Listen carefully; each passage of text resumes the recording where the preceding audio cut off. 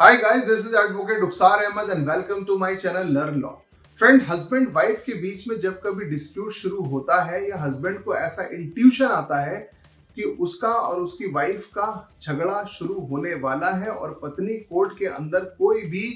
Demand of dowry, maintenance या domestic violence का case file कर सकती है, तो ऐसी सिचुएशन में मैंने अक्सर माता पिता को ये देखा है कि वो अपने बेटे को अखबार में एक सार्वजनिक सूचना देकर बेटे को बेदखल कर देते हैं, उसे अपनी चल अचल संपत्ति से बेदखल कर दिया जाता है और उसकी एक सूचना पुलिस स्टेशन में भी दे दी जाती है। और ये माना जाता है कि माँ बाप ये समझते हैं कि अब हमने अपने आप को प्रोटेक्ट कर लिया है, हमें कोर्ट कचहरी के चक्कर, डोमेस्टिक वायलेंस के केस और डिमांड ऑफ डॉरी के केस में अब हमें नहीं लगाने पड़ेंगे। दूसरी तरफ हस्बैंड भी ये सोचता है कि मेरे माँ बाप अब इस सारी परेशानियों से बच जाएंगे और मुझे भी अपने माँ बाप को कोर्ट में नहीं ले जाना पड़ेगा। फ्रेंड्स, ये जो एक प्रक्रिया है समाज में सभी लोग, अक्सर लोग इसको प्रैक्टिस करते हैं, लेकिन इसकी कुछ मैं आपको कानूनी लूप होल इसके अंदर बताता हूं जो कि लोगों को नहीं पता होता। फ्रेंड्स, सबसे पहले आप ये समझिए कि ये जो पब्लिक नोटिस अखबार के अंदर दिया जाता है उसकी एक सूचना पुलिस स्टेशन को भी दी जाती है। ये जो प्रोसीजर है उसका सिर्फ 10% ही उसका ये पोर्शन है। बाकी का जो 90% पोर्शन है उसे लोग नहीं करते क्योंकि उसको करने में टाइम और एक्सपेंस थोड़ा सा ज्यादा लगता है। अगर कोई भी माँ बाप अपने बेटे को अपनी चल अचल संपत्ति से बेदखल करना चाहते हैं, उसको डीबार और डिसओन करना चाहते हैं, तो उसका सही प्रोसीजर ये है कि वो पहले एक सार्वजनिक सूचना अखबार के अंदर दें, उसके बाद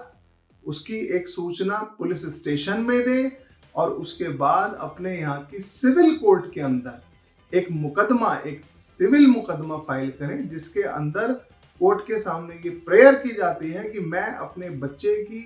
इन वजहों से उसे अपनी चल अचल संपत्ति से बर्खास्त करना चाहता हूं, निकालना चाहता हूं, और कोर्ट उस मामले के अंदर अपोजिट पार्टी जो कि आपका ही अपना बेटा या बेटी हो सकता है उसे कोर्ट में बुलाती है, उसे अपना पक्ष रखने का मौका देती है और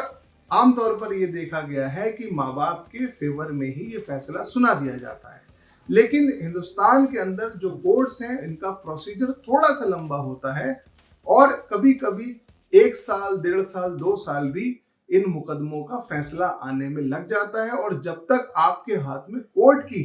बाकायदा डिक्री नहीं आती है, कोर्ट का ऑर्डर नहीं आता है, तब तक किसी भी बेटे या बेटी को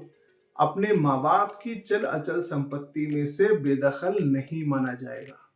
आई होप आपने बहुत ध्यान से मेरे इस कानूनी नुक्ते को समझा होगा कि सिर्फ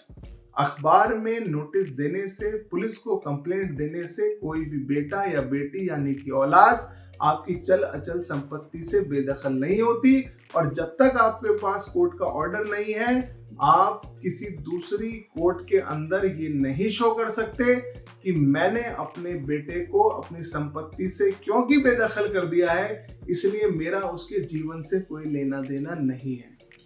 फ्रेंड्स, ये एक ऐसा कानूनी पॉइंट है जिसे लोग न जानते हैं न जानना चाहते हैं और आखिर में उसका उन्हें नुकसान मिलता है। आप अखबार में नोटिस देने के बाद भी आपको कोर्ट कचहरी के चक्कर लगाने पड़ते हैं क्योंकि आपने प्रोसीजर को पूरा फॉलो नहीं किया।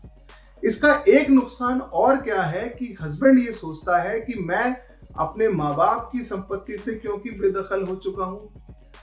लेकिन जब मेंटेनेंस का केस वाइफ अपने हस्बैंड के ऊपर फाइल करती है तो वह हस्बैंड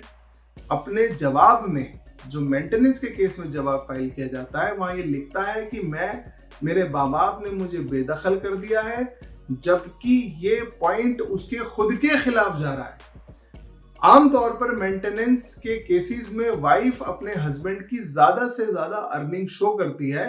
और मेंटेनेंस के केस में जब हस्बैंड अपना रिप्लाई फाइल करता है, डिफेंस फाइल करता है, तो उसके अंदर उसे ये शो करना होता है कि उसकी कम से कम अर्निंग है और ज्यादा से ज्यादा जिम्मेदारियां हैं, ज्यादा से ज्यादा खर्चे हैं। जैसे मेरे ऊपर लोन है, मुझे किराया देना है, मेरे ऊपर बहुत सारी जिम्मेदारियां हैं, मुझे अपने माँ बाप का भी खर्चा उठाना पड़ता है। और अगर आप पहले से ही अपनी अपने पिटीशन के रिप्लाई में ये लिख चुके हैं कि मेरे माँ बाप मुझे बेदखल कर चुके हैं, तो फिर आप ये डिफेंस नहीं ले पाएंगे कि मेरे माँ बाप की जिम्मेदारी भी मेरे ऊपर है, वो मुझ पर डिपेंडेंट है। तो फ्रेंड्स, इनडायरेक्टली आपने अपना ही एक बहुत बड़ा नुकसान कर लिया। तो मेरा इस वीडियो को बनाने का मकसद ये था कि किसी भी कानून की आधी जानकारी हमेशा नुकसानदेह होती है। इसीलिए अगर आप कोई भी कानूनी मशवरा चाहते हैं तो पहले वकील से मिलिए, उससे पूरे कानून को समझिए। हो सकता है वो कानून आपके लिए फायदेमंद हो सकता है वो कानून आपके लिए उस वक्त में फायदेमंद ना हो। आई होप आपको ये कॉन्सेप्ट समझ में आया होगा। इसके बाद भी कोई आपके माइंड में डाउट है, क्लैरिफिकेशन आप चाहते हैं, मुझे आप इनबॉक्स में लिखिए, मैं आपको टाइमली उसका रिप्लाई करने की कोशिश करूंगा। लास्ट में मेरी आपसे रिक्वेस्ट है, अगर आपको मेरी वीडियो अच्छी लगी हो तो प्लीज इसे लाइक करें, शेयर करें और मेरे चैनल को सब्सक्राइब करें। Thank you.